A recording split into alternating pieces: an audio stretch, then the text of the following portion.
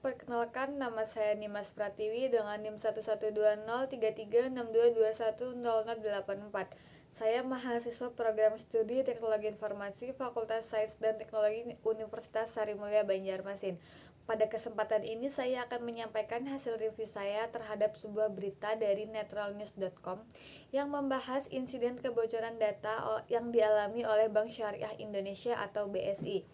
Insiden ini menjadi salah satu kasus keamanan cyber terbesar yang pernah terjadi di Indonesia dan mendapat perhatian luas dari publik maupun pihak berwenang.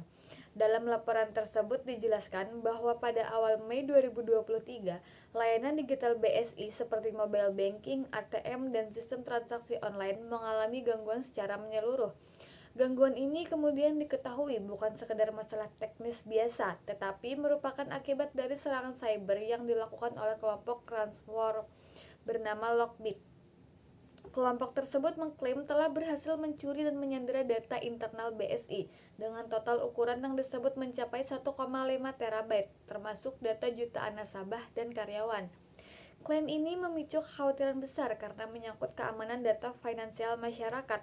Berdasarkan analisis dari berbagai pakar keamanan cyber, serangan ini terjadi melalui metode ransomware yang tidak hanya mengunci data, tetapi juga mencuri dan mengancam akan menyebarkannya.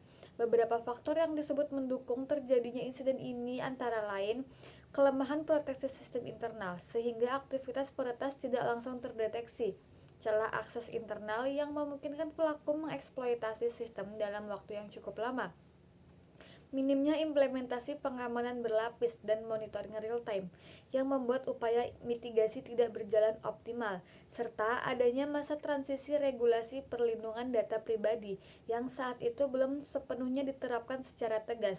Kombinasi faktor-faktor tersebut membuat serangan dapat berlangsung dan berdampak luas. Setelah insiden mencuat, BSI segera melakukan langkah pemulihan dan investigasi. Bank tersebut bekerja sama dengan berbagai lembaga seperti Kementerian Komunikasi dan Informatika, Badan Cyber dan Sandi Negara, Otoritas Jasa Keuangan, dan Bank Indonesia.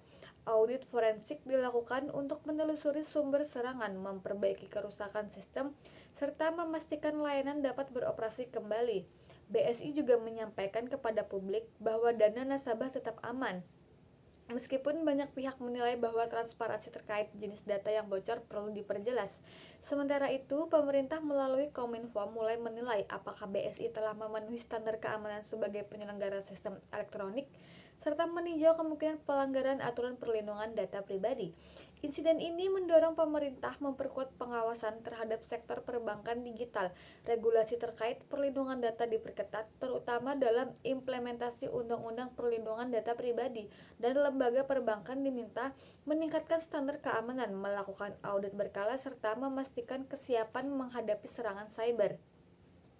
Insiden ini juga menjadi perhatian industri perbankan lainnya untuk segera meningkatkan infrastruktur keamanan cyber agar kejadian serupa tidak terulang. Sebagai peninjau berita ini, saya menilai bahwa insiden kebocoran data BSI menjadi pelajaran besar bagi semua pihak. Keamanan data tidak boleh dianggap sebagai pelengkap, tetapi harus menjadi pondasi utama, terutama dalam layanan keuangan digital yang digunakan oleh jutaan masyarakat. Menurut saya, ada beberapa langkah penting yang perlu dilakukan agar insiden seperti ini tidak terulang kembali, yaitu membangun sistem keamanan berlapis, termasuk deteksi intrusi dan pemantauan aktivitas secara real time, meningkatkan kompetensi dan kesadaran keamanan cyber bagi seluruh pegawai, karena kesalahan kecil dapat menjadi titik masuk bagi peretas.